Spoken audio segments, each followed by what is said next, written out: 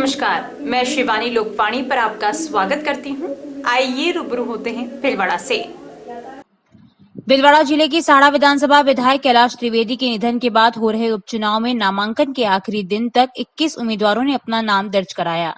यह उपचुनाव इस बार भाजपा, कांग्रेस, आरएलपी और भाजपा के एक बागी के नामांकन के साथ ही अब यह मुकाबला चतुष्कोणीय बनता जा रहा है। नामांकन के बाद कांग्रेस और भाजपा की आम सभाएं भी हुई। उपचुनाव नामांकन में कांग्रेस से विधायक स्वर्गीय कैलाश त्रिवेदी की पत्नी गायत्री देवी, भाजपा से प्रत्याशी डॉक्टर रतनलाल जाट, आरएलपी से बद्रीलाल जाट और अभी हाल ही में भाजपा में शामिल होने के बाद भाजपा से मुंह मोड़ निर्दलीय ताल ठोकने वाले लालूलाल पीतलिया ने मुकाबला चतुष्कोणीय बना दिया है। गंगापुर उपखंड अधिकारी विकास पंचोली ने कहा कि नामांकन के अंतिम दिन 15 कैंडिडेट के 19 नामांकन प्रस्तुत हुए। नामांकन 23 मार्च से 30 मार्च तक 21 कैंडिडेट के कुल 25 नामांकन। आज नामांकन का अंतिम दिवस था। आज हमें टोटल 19 नॉमिनेशन प्राप्त हुए हैं 15 कैंडिडेट्स के, और आज तक नामांकन प्रक्रिया 23 से लेकर 30 तक थी। उसमें आज तक हमें जो है टोटल 25 नॉमिनेशन 21 कैंडिडेट से प्राप्त हुए हैं, और आज नॉमिनेशन की प्रक्रिया समाप्त हो चुकी है। और कल सुबह 11 बजे स्क्रूटनिंग प्रक्रिया है, उसके लिए सभी को लिखित में इन्फॉर्म कर दिया गया। कांग्रेस प्रत्याशी गायत्री त्रिवेदी के समर्थन में हुई सभा को मुख्यमंत्री अशोक गहलोत, राष्ट्रीय महासचिव अजय माकन, प्रदेशाध्यक्ष गोविंद सिंह डोटासरा, चिकित्सा मंत्री डॉक्टर रघु शर्मा और पूर्व मुख्यमंत्री सचिन पायलट ने संबोधित किया। सभा में मुख्यमंत्री अशोक गहलोत ने जमकर केंद्र सरकार पर निशाना साधा। उन्होंने कहा कि भाजपा नेताओं के पास आज अफवाह फैलाने के अलावा कोई काम नहीं है। इन अफवाहों में कोई दम नहीं है, इनकी कथनी और करनी में अंतर है। आज देश का लोकतंत्र खतरे में है और कोई ढंग से बात भी नहीं कर सकता। और ये आज बीजेपी के नेता सोशल मीडिया में, मोबाइल फोन पे तरह तरह की अफवाह फैलाते रहते हैं। टीवी के अंदर भी, अखबार के अंदर भी आप पढ़ते होंगे। उनमें कोई दम नहीं है, उनमें कोई दम नहीं है। उनकी कथनी में करनी में अंतर है। क्या क्या नारे लगाते थे पहले जब ये सरकार में नहीं आते थे, तो आज वो नारे से भूल गए। आज तो लोकतंत्र ही खतरे में देश के अंदर, कोई ढंग से बात नहीं कर सकता। टेलीफोन पे बात करते चमकता आदमी, भाई व्हाट्सएप पे बात करो, फेस टाइम पे बात करो। आप आलोचना कर सकते हो सरकार की, क्योंकि आपको अधिकार दिया, संविधान ने दिया अधिकार। और आज स्थिति है देश के अंदर, अगर वो आलोचना करते सरकार की, असमझ व्यक्त कर दे, तो पत्रकार हो, सामाजिक कार्यकर्ता हो। भाजपा प्रत्याशी डॉक्टर रतनलाल जाट के समर्थन में आयोजित सभा को भाजपा प्रदेशाध्यक्ष डॉक्टर सतीश पूनिया, नेता प्रतिपक्ष गुलाब चंद कटारिया, केंद्रीय जल शक्ति मंत्री गजेंद्र शेखावत, राजसमंद सांसद दिया कुमारी, भीलवाड़ा सांसद सुभाष बहेड़िया, चित्तौड़गढ़ सांसद सीपी जोशी ने संबोधित किया। सभा के बाद केंद्रीय जल शक्ति मंत्री गजेंद्र शेखावत ने कहा कि आज राजस्थान की जनता अपने आप को ठगा हुआ महसूस कर रही है। इन चुनावों में भी जनता इन्हें हकीकत का आईना दिखाएगी। साड़ा विधानसभा राजस्थान में जिस तरह से राजस्थान की जनता अपने आप को विगत विधानसभा चुनाव में ठगा हुआ महसूस करती है, राजस्थान की जनता जिस तरह से अपने आप के साथ धोखा हुआ ऐसा महसूस करती है, राजस्थान की जनता ने अब तक के सारे चुनावों में इस बात को का परिचय दिया है कि राजस्थान की जनता सरकार को अपने दिल और दिमाग दोनों जगह से निकाल चुकी है। केवल संवैधानिक आयुष मात्र सरकार पूरा कर रही है, और सरकार को हर आने वाले चुनाव में जनता उसको अपनी हकीकत का आईना दिखाने वाली। साड़ा विधानसभा में आरएलपी ने भाजपा के 2018 विधायक प्रत्याशी रहे रूपलाल जाट के भाई बद्रीलाल जाट को। श्री बद्रीलाल जाट ने कहा कि स्थानीय मुद्दों को लेकर हम जनता के बीच जाएंगे। चुनौती के सवाल पर जाट ने कहा कि चुनौतियां तो सब जगह है, लेकिन हम भी इस मुकाबले को हल्के में नहीं ले रहे हैं। हम तो स्थानीय जो भी मुद्दे हैं, किसानों की समस्याएं, पानी की, सड़क की, और इसके अलावा मुद्दे तो कभी कभी हाथों हाथ खड़े हो जाते हैं। जरूरी नहीं है कि मुद्दा पुराना हो उसी को लेकर करें। कभी भी किसी भी तरह की क्षेत्र में किसी भी कोई भी तरह का काम होगा वो उसको करेंगे, और अभी जो वर्तमान में जितनी समस्याएं उनको सबको लेकर जनता के बीच जाएंगे। जी, मुकाबला हमेशा कांटे का होता है, और मुकाबले को कभी भी हल्के में नहीं लेना चाहिए। इस बार जहां कांग्रेस सहानुभूति और गहलोत सरकार के विकास कामों के आधार पर जीत की आज संजोए बैठी है, वहीं भाजपा गहलोत सरकार की विफलताओं को मुद्दा बना रही है। अब आने वाला समय ही बताएगा कि कौन विधायक का ताज पहनता है। गंगापुर से मुरली मनोहर सेन की ये रिपोर्ट। केंद्र सरकार की नई गाइडलाइन के अनुसार 1 अप्रैल गुरुवार से अब 45 वर्ष या इससे अधिक आयु वर्ग के सभी पुरुष एवं महिला कोरोना का टीका लगवा सकेंगे। अब तक 60 वर्ष से अधिक आयु वर्ग के लोग ही कोरोना के टीकाकरण के लिए पात्र थे। अब टीकाकरण के काम में तेजी देखी जाएगी, क्योंकि 45 से 60 वर्ष आयु वर्ग के नए लोग जहां टीका लगवाने पहुंचेंगे, वहीं 60 वर्ष से ऊपर के लोगों का दूसरे डोज का चरण शुरू हो जाएगा। इस कोरोना टीकाकरण को लेकर सरकारी डिस्पेंसरियों में क्या तैयारियां हैं, देखते हैं दिव्या सिंह की ये रिपोर्ट। 1 अप्रैल से 45 साल से अधिक उम्र के सभी लोगों को कोरोना टीकाकरण लगना शुरू हो जाएगा। अब तक 60 साल से अधिक और 45 साल से अधिक गंभीर बीमारी से पीड़ित लोगों को कोरोना वैक्सीन लगाई जा रही थी। बात की जाए भारत में, तो भारत में अब तक 6 करोड़ से ज़्यादा कोरोना वैक्सीन लग चुकी है। कल यानी कि 1 अप्रैल से 45 साल से अधिक उम्र के सभी लोग अपने नज़दीकी स्वास्थ्य केंद्रों पर, डिस्पेंसरीज पर जाकर के कोरोना टीकाकरण लगा सकते हैं। अभी हम आए हैं सुभाष नगर प्राथमिक स्वास्थ्य केंद्र में। आइए यहाँ से जानते हैं कि यहाँ पर कोरोना टीकाकरण को लेकर के क्या कुछ व्यवस्था की गई है, क्योंकि यहाँ पर अब 45 साल से अधिक उम्र के लोग आएंगे, कोरोना वैक्सीन लगवाएंगे। उसे लेकर जानते हैं क्या कुछ व्यवस्था यहाँ पर अस्पताल प्रशासन ने करी है। हमारे साथ हैं डॉक्टर चंदन सिंह राठौड़। सर, यहाँ पर आपने कोरोना वैक्सीनेशन को लेकर के क्या कुछ उचित व्यवस्थाएं अभी तक की हैं? हमने यहाँ पे रजिस्ट्रेशन के लिए अपने 3 टीचर्स को लगाया गया। जो लोग रजिस्ट्रेशन नहीं करा के आएंगे उनके लिए, और जो लोग चाहते हैं कि वो खुद रजिस्ट्रेशन कराए, कोविन ऐप पे वो रजिस्ट्रेशन करवा सकते हैं अपने मोबाइल नंबर के साथ। एक नंबर पे 4 लोगों का रजिस्ट्रेशन होगा। और हमने यहाँ पे ऑब्जर्वेशन के लिए हमने ऊपर और नीचे दोनों जगह फर्स्ट फ्लोर पे भी अपना व्यवस्था कर रखी है, और वैक्सीन की यहाँ पे पूरी मात्रा में आई हुई है। सर, और देखा जाता है कि लोगों में थोड़ा सा भ्रम रहता है, डर रहता है कि वो कोविड वैक्सीन लगवाएं या ना लगवाएं, तो आप हमारे लोकवाणी के दर्शकों को क्या मैसेज देना चाहेंगे इसको लेकर के कि लोग अधिक से अधिक आएँ और कोरोना वैक्सीन का लाभ लें? देखिए, वैक्सीन से कोई भी साइड इफ़ेक्ट नहीं देखे गए अभी तक, गंभीर साइड इफ़ेक्ट नहीं है। और किसी को बॉडी है, किसी को हो सकता है, लेकिन उसमें भी जहाँ तक हमने अभी तक लगाया है 60+ में, उसमें मतलब बिल्कुल अच्छे से हुआ है, किसी को कोई साइड इफ़ेक्ट नहीं। सर, और वैक्सीन लगवाने से पहले और वैक्सीन लगवाने के बाद में लोगों को क्या कुछ सावधानियां रखने की ज़रूरत है? देखिए, ऐसा कोई परहेज करने की ज़रूरत नहीं है। हम यहाँ ऑब्जर्वेशन में आधे घंटे रखते हैं, उसके बाद जो जैसी निजी ज़िंदगी वो जी रहे थे वैसे जी सकते हैं। और यहाँ मैं एक चीज़ कहना चाहता हूँ, जो भी वैक्सीन लगाने आए वो खाना खा के ज़रूर आए। तो देखिए, डॉक्टर साहब ने बोला है कि आप वैक्सीन लगवाने जब आ रहे हैं तो खाना खाकर ही आप वैक्सीन लगवाने के लिए आए। सर, कोविड वैक्सीन की बात की जाए तो आपूर्ति यहाँ पर उपलब्ध है, पर्याप्त मात्रा में है? पूरी मात्रा में यहाँ पे अवेलेबल है। और जैसा कि कल 45 का होगा, ऑलमोस्ट हमारे पास 400 से 500 लोगों का अभी तक अनुमानित है कि आएंगे, उनके लिए पर्याप्त मात्रा में हमारे पास है।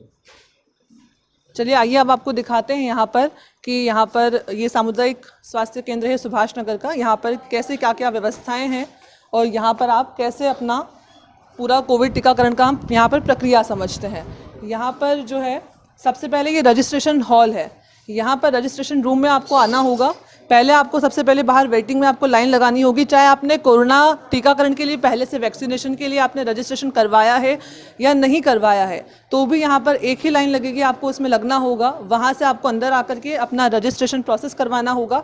सर हमारे साथ हैं। सर, रजिस्ट्रेशन का क्या प्रोसीजर है, हमारे दर्शकों को बताइए। जो वैक्सीन लगाने आता है वो अपने साथ आईडी प्रूफ, जिसमें Aadhaar card, driving licence, PAN card, इसके अलावा voter ID card, smart card या पेंशन डायरी जो भी है अपने साथ में लेके आता है।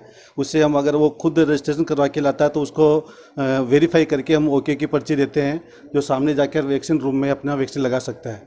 और जो रजिस्ट्रेशन नहीं करके लाता है तो वो हम हैंड टू हैंड उनका रजिस्ट्रेशन करते हैं उनके द्वारा। पर साथ में मोबाइल नंबर, अपने परिवार के किसी एक सदस्य का मोबाइल नंबर साथ में लाना ज़रूरी होता है, जिस पे वैक्सीन लगने के बाद लिंक जाता है, जिससे वो अपना खुद का सर्टिफिकेट डाउनलोड कर सकता है। जी सर, तो जो वैक्सीन है एक डोज के बाद भी वो अपना सर्टिफिकेट डाउनलोड कर सकते हैं? जी बिल्कुल। डोज लगने के बाद जैसे ही यहाँ से कंफर्म होता है, वेरीफाई के बाद, लगने के बाद, तो अपना सर्टिफिकेट, उसके जो रजिस्टर्ड मोबाइल नंबर है वहाँ पे उपलब्ध हो जाता है ऑनलाइन हैंड टू हैंड हो जाता है। पर सर्वर की समस्या से 2-5 मिनट आगे पीछे हो जाता है, बाकी हैंड टू हैंड अपना सर्टिफिकेट डाउनलोड कर सकता है वो। जी, तो यहाँ पर हमने अभी रजिस्ट्रेशन पूरा प्रोसेस समझा है कि क्या रजिस्ट्रेशन था कोविड-19 वैक्सीनेशन की, आपको पहली डोज लगने के बाद आप अपना सर्टिफिकेट डाउनलोड कर सकते हैं। उसके लिए आपको गवर्नमेंट की कोविन COVIN.gov.in वेबसाइट पर आपको जाना होगा, वहाँ पर आपका सर्टिफिकेट उपलब्ध होगा, आप वहाँ से अपना सर्टिफिकेट डाउनलोड कर सकते हैं। उसके बाद यहाँ पर आपको आना है सामने टीकाकरण रूम में। यहाँ पर हम मैम से बात करते हैं कि मैम किस प्रकार यहाँ पर टीका लगाया जाता है और जो लोग आते हैं वो आपसे क्या पूछते हैं, सबसे पहला उनका प्रश्न क्या होता है? मैं अनुराधा ओझा यहाँ महिला स्वास्थ्य कार्यकर्ता के पद पर कार्य कर रही हूँ। यहाँ पर 60 साल से अधिक उम्र के लोगों को टीका लगाया जा रहा है। लोगों के मन में क्वेरी रहती है कि टीके से हमें फीवर हो जाएगा, बॉडी पेन होएगा, या फिर टीका लगाने के बाद भी हमें मतलब वापस कोरोना हो सकता है क्या। तो उनकी क्वेरी को हम समझाते हैं उनको भी, जिस हाथ पर वर्किंग हैंड जो उनका होता है उसके दूसरे हैंड पर अपन अपोजिट हैंड पर वैक्सीन लगाते हैं, ताकि उनको काम करने में किसी प्रकार की दिक्कत नहीं हो। उनको फीवर हो या बॉडी पेन रह सकता है तो उसके लिए सिंपल पैरासीटामोल टैबलेट उनको सजेस्ट की जाती है। और कोरोना उनको होगा या नहीं होगा, लेकिन उनके टीका लगाने के बाद उनमें इम्यूनिटी डेवलप होगा तो भी प्राण घातक नहीं होगा, उनकी मृत्यु नहीं होगी। इसलिए टीका लगाना ज़रूरी है। ज़्यादा से ज़्यादा टीका लगाने के लिए बताया जा रहा है और फील्ड में आशाओं द्वारा घर घर जाकर के बताया जा रहा है कि टीका लगाना अति आवश्यक है, और सीनियर सिटीजन को ज़्यादा से ज़्यादा टीका लगाने के लिए प्रोत्साहित किया जा रहा है। मैम कल जैसे 45 साल से अधिक उम्र के सभी लोग यहाँ पर आएंगे, टीकाकरण करवाएंगे, उसमें से अधिकांश लोग कार्यरत हैं, वर्किंग लोग हैं, तो वो आएंगे, टीकाकरण करवाएंगे और अपना काम पे चले जाएंगे। तो ऐसे में उन्हें अगर 1-2 दिन में बुखार आता है तो क्या सावधानी रखें कि बुखार कब तक रहे तो नॉर्मल है, पैरासीटामोल आप ले सकते हैं, लेकिन इतने दिन से ज़्यादा बनता है तो आप डॉक्टर का सलाह लें। टीका जिस दिन लगाते हैं उस दिन ज़्यादा फीवर वगैरह नहीं होता है, लेकिन सेकंड और थर्ड डे उनको फीवर होता है, हाथ में दर्द रहता है, बॉडी पेन महसूस हो सकता है। तो वो 2 या 3 दिन, उससे ज़्यादा अगर फीवर रहे तो डॉक्टर से संपर्क करने के लिए बोला जाता है। जी देखिए, अगर आप टीकाकरण करवाने आ रहे हैं तो इस बात का विशेष ध्यान रखें कि जिस दिन आप टीकाकरण करवाना है उसके अगले 2 दिन तक, 2 दिन से ज़्यादा अगर आपको फीवर रहता है या किसी प्रकार का दर्द रहता है, ज़्यादा रहने पर, 2 दिन से ज़्यादा रहने पर आप डॉक्टर का परामर्श ज़रूर लें। उसके बाद में आपको टीकाकरण लगने के बाद में यहाँ पर आपको निगरानी रूम में बिठाया जाता है। सर आपका टीकाकरण हो चुका है, कैसा लग रहा है सर आपको? बहुत अच्छा लग रहा है, अच्छा हो चुका है। नाम सर आपका? सुरेश चंद पामेचा। कहाँ से है सर? आरसी व्यास में। से है। किसी प्रकार की कोई दुविधा नहीं आपको? सर आप अपने साथियों को, लोकवाणी के दर्शकों को क्या मैसेज देना चाहेंगे टीकाकरण के लिए? हम तो टीकाकरण ये कहेंगे सबको लगाना चाहिए, और इसके लिए स्वास्थ्य का अच्छा भी, अपनी खुद की सुरक्षा रहेगी इससे। और डॉक्टर जी, हमारे साथ में एक मैडम और है। मैडम आपका नाम? मंगला देव। आपने टीकाकरण अभी करवाया है? हाँ जी। पहला डोज है, दूसरा डोज? पहला डोज। आपको कैसा लग रहा है? आपको अच्छा लग रहा है। सही लग रहा है, एकदम स्वास्थ्य एकदम सही है? अच्छा, हाँ बिल्कुल अच्छा। तो देखिए यहाँ पर इस तरह से टीकाकरण होने के बाद में आपको निगरानी रूम में यहाँ पर आधे घंटे तक डॉक्टर की निगरानी में बिठाया जाता है।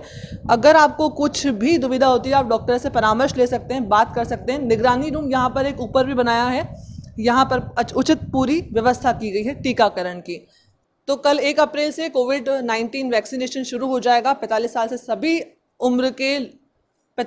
अधिक उम्र के सभी लोगों से लोकवाणी का आग्रह है कि वो अधिक से अधिक अपने नज़दीकी स्वास्थ्य केंद्र पर जाएं और कोविड-19 वैक्सीनेशन का लाभ उठाएं, टीकाकरण जरूर करवाएं। वीडियो जर्नलिस्ट मुरली मनोहर सेन के साथ दिव्या सिंह, लोकवाणी भिलवाड़ा।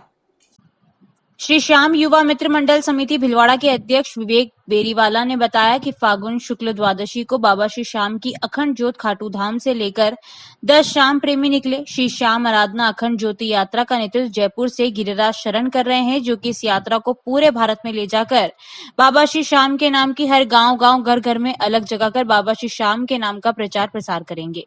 इसके अंतर्गत यह यात्रा 30 मार्च को भिलवाड़ा पहुंची, जिसका आरजिया चौराहे पर श्री श्याम युवा मित्र मंडल समिति भिलवाड़ा के सदस्यों द्वारा स्वागत किया गया एवं उसके पश्चात शहर के विभिन्न मार्गों से होते हुए यह यात्रा सी सेक्टर शास्त्री नगर स्थित श्याम मंदिर पहुंची, जहां पर भजन संध्या का आयोजन किया एवं रात्रि विश्राम की व्यवस्था की गई।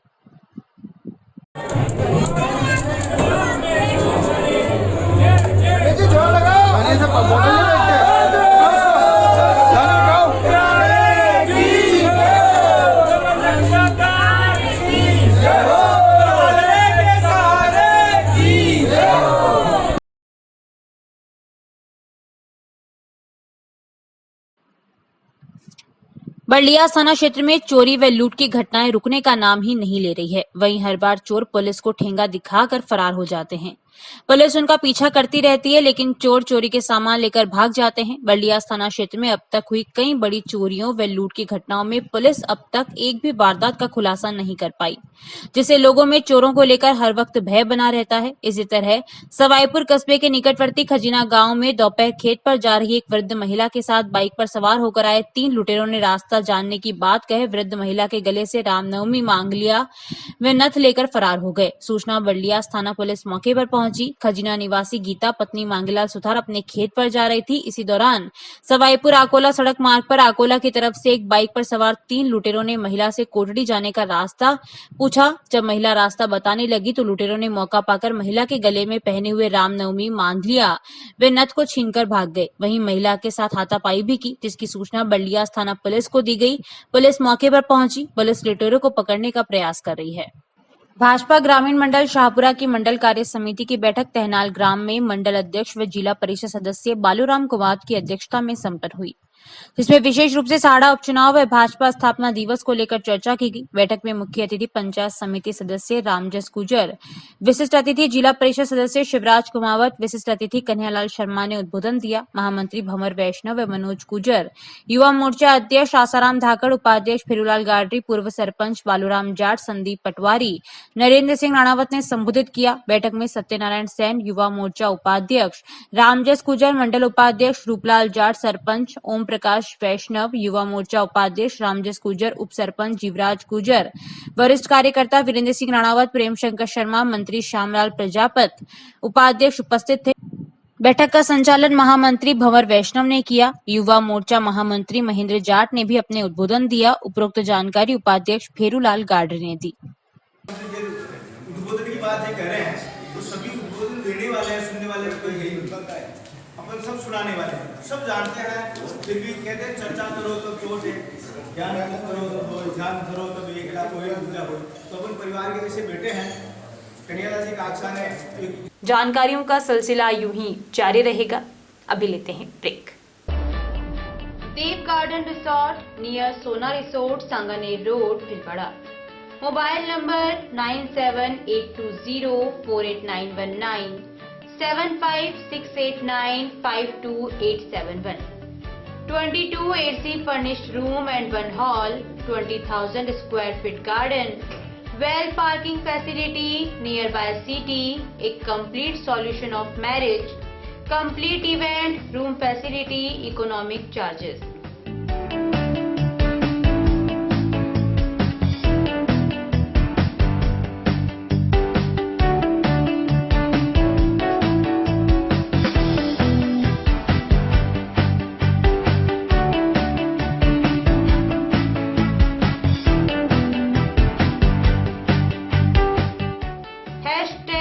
Multi-cuisine family restaurant, Indian food, Italian food, lunch, snacks, Chinese fast food, breakfast, dinner, Punjabi food.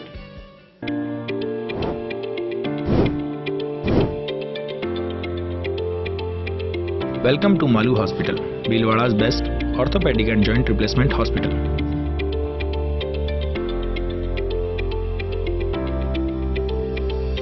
Medical store with 24/7 availability. High-tech X-ray equipments. Bhamasha Swasth Bima Yojana. ICU with high facility. Computerized laboratory.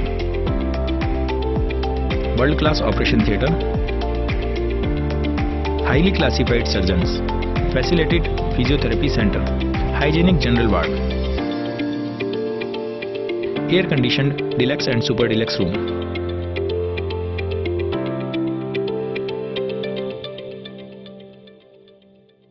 A16 front of महिला आश्रम college, Vijay Singh Pathik नगर, Bhilwara. Break के बाद एक बार फिर आपका स्वागत। आइए देखते हैं कुछ अन्य जानकारियां। राजस्थान प्रांतीय तेलिक साहू महासभा महिला मोर्चा द्वारा तेली समाज के शिव मंदिर तिलक नगर में महिला जिला अध्यक्ष संपत्ति देवी पंडियार के नेतृत्व में होली मिलन व फाग महोत्सव का कार्यक्रम रखा गया, जिसमें महिला मंडल द्वारा भगवान शिव मंदिर में भजनों की प्रस्तुतियां दी गई व महिलाओं द्वारा श्री कृष्ण व राधा की झांकियों का प्रदर्शन किया गया। महिला जिला प्रवक्ता जशोदा मांद्रिया ने बताया कि शिव परिवार संघ केसुला होली खेली गई व महिलाओं द्वारा एक दूसरे को गुलाल व फूलों संग होली खेलकर एक दूसरे को बधाइयां दी गई। कार्यक्रम में भूरी देवी ढाकरिया, सुनीता अग्रवाल, रेखा बात्रा, आशा कंचन राठौर, अंगुरबाला, गीता संतोष, टीना पंड्या, रेखा निर्णावर सहित कई महिलाएं उपस्थित थी।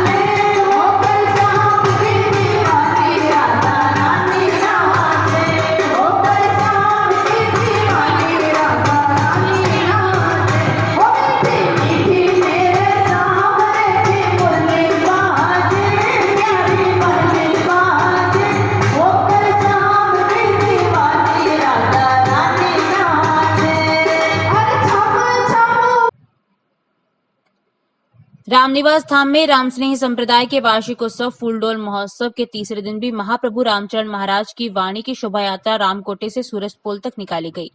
रामस्नेही अनुरागी राम नाम सुमिरन तथा वाणी जी की पंक्तियों का जयघोष करते हुए पहुंचे। सूरजपोल पर रामस्नेही संप्रदाय के वरिष्ठ संत राम नारायण महाराज तथा भंडारी संत शंभू राम महाराज ने शोभा यात्रा की अगवानी की। बाद में वाणी जी व चढ़ावे को बरादरी में आचार्य रामदयाल महाराज को समर्पित किया गया। बारादरी में रामस्नेही संप्रदाय के पीठाधीश्वर जगत गुरु आचार्य रामदयाल महाराज ने वर्चुअल प्रवचन देते हुए कहा कि महाप्रभु रामचरण महाराज के आदर्श आज भी प्रासंगिक हैं।